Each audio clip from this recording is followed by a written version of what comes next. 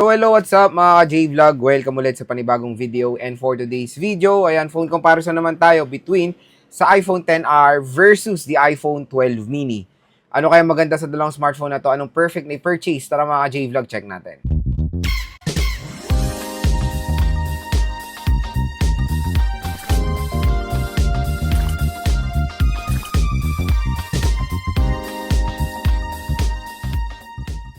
So and for today's video, very interesting natin i-compare iPhone XR and iPhone 12 mini. So nag-decide ako i-compare itong dalawang smartphone na to. So hindi naman kasi nagkakalayo to be honest yung kanilang presyo, lalo na yung 128GB ng iPhone 12 mini and yung 120GB ng iPhone XR. So bago tayo mag-start sa muna pa tayo bibili ng mga legit iPhones, wala na iba kundi sa mga ni-recommend natin shop. Unang-una kay Ate Mayet sa CMB Gadgets and of course kay Ate Net sa ZMB Cellphone Accessories, and yung mga shops nila ay sa description box. Kung interested kayong mag-inquire, PM, i-click nyo na lang yung link ng kanilang Facebook page. Sabihin nyo na napanood nyo dito sa vlog yung ating yung video. Ayan, magkakaroon kayo ng automatic 500 pesos cash discount sa mga shops na yan. Dito muna tayo sa kanilang price, sa Green Hills. So, very affordable na lang ang mga presyo nito na pre-love versions ng iPhone XR. So, the iPhone XR for as low as 9,000 pesos ay makakuha na kayo ng 64GB. Tapos, 9 to 10 yung 64. 128 is 11 to 12, tapos yung 256 nasa 13 to 15. Ang iPhone 12 mini, ang 128 niyan, I think may 64GB pa yan, nasa 13K ata yung 64GB. Yung 128 nasa nasa 15,000, and then yung 256 I think nasa 17,000. So makikita nyo, doon tayo mag-compare sa middle version, the 128GB.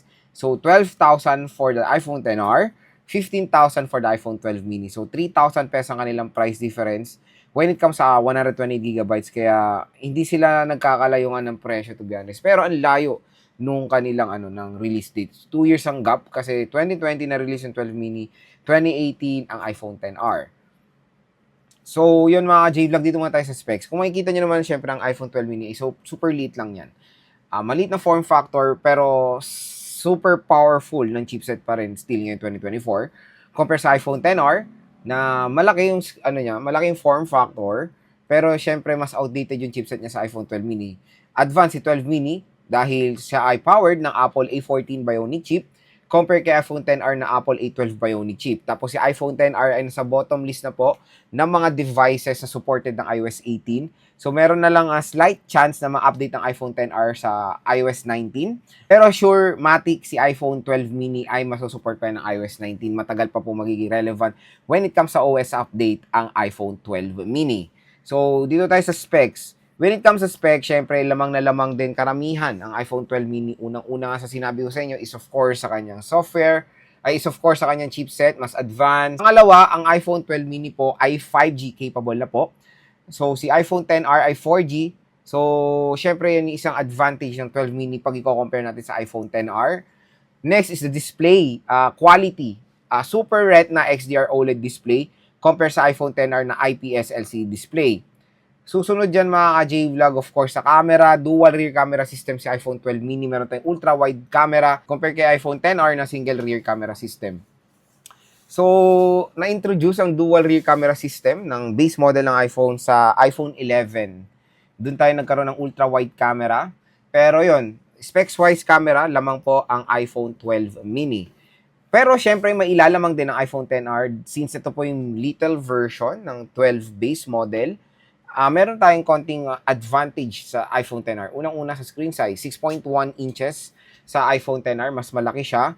And of course, the battery. Battery is 3,000 plus mAh compare kay iPhone 12 mini na sobrang liit po ng battery. So, 2.2 lang ang battery ng iPhone 12 mini. Ayan po yung super duper disadvantage ng iPhone 12 mini.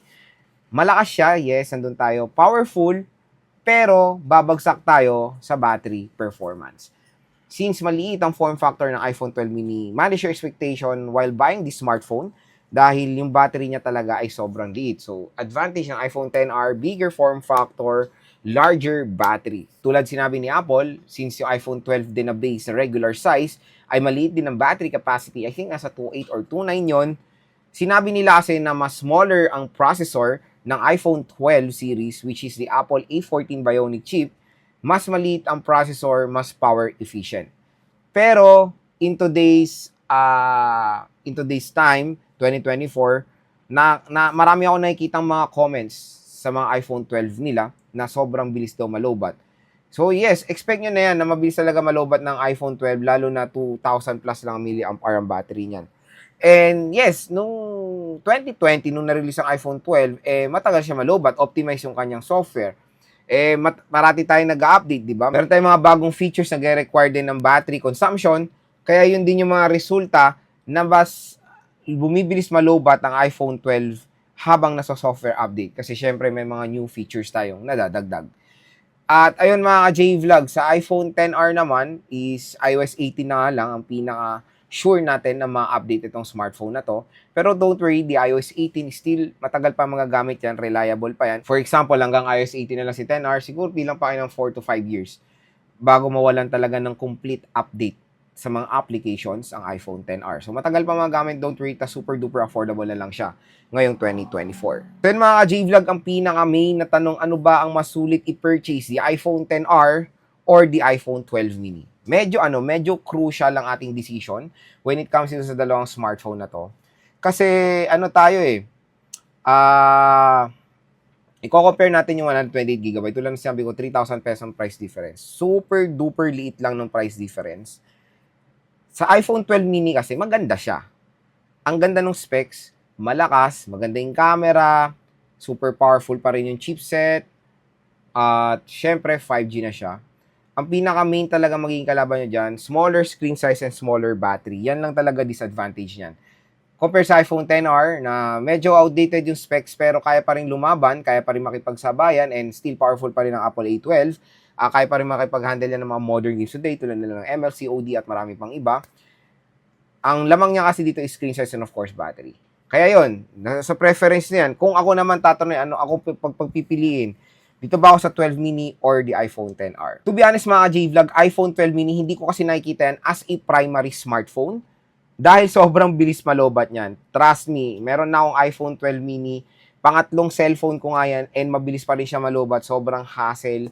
Kaya, hindi ko siya sinasuggest sa inyo kung primary smartphone yung 12 mini dahil sobra pong bilis malobat niyan. 13 mini pwede pa, medyo okay pa yung 13 mini, pero 12 mini, sobrang bilis malobat niyan.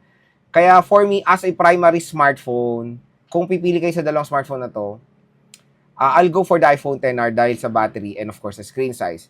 Pero syempre, kung gusto niyo ng all-in specs, 5G, iPhone 12 mini is okay naman. Pero, yun nga, binabalaan ko kayo dito sa video na asahan nyo mabilis po malobat itong smartphone na to. Pero malakas siya. Maganda yung performance. Battery lang ulit ang kalaban nyo dito sa smartphone na to. So again mga ka-J-Vlog, dito sa ating phone comparison, specs-wise, clear winner sa iPhone 12 mini. Clear winner dito sa iPhone 12 mini kasi mas advanced siya. And yun, tulad na sinabi ko sa inyo, saan pa ba tayo bibili ng mga legit iPhones? Wala na iba kundi sa mga nire-recommend kong shop. Again, yung kanilang link ay nasa description box. Click nyo na lang yan, mag-PM na lang kayo, sabihin nyo lang, napanood nyo dito sa ating vlog, bibigyan kayo ng matic discount ng mga shops na yan.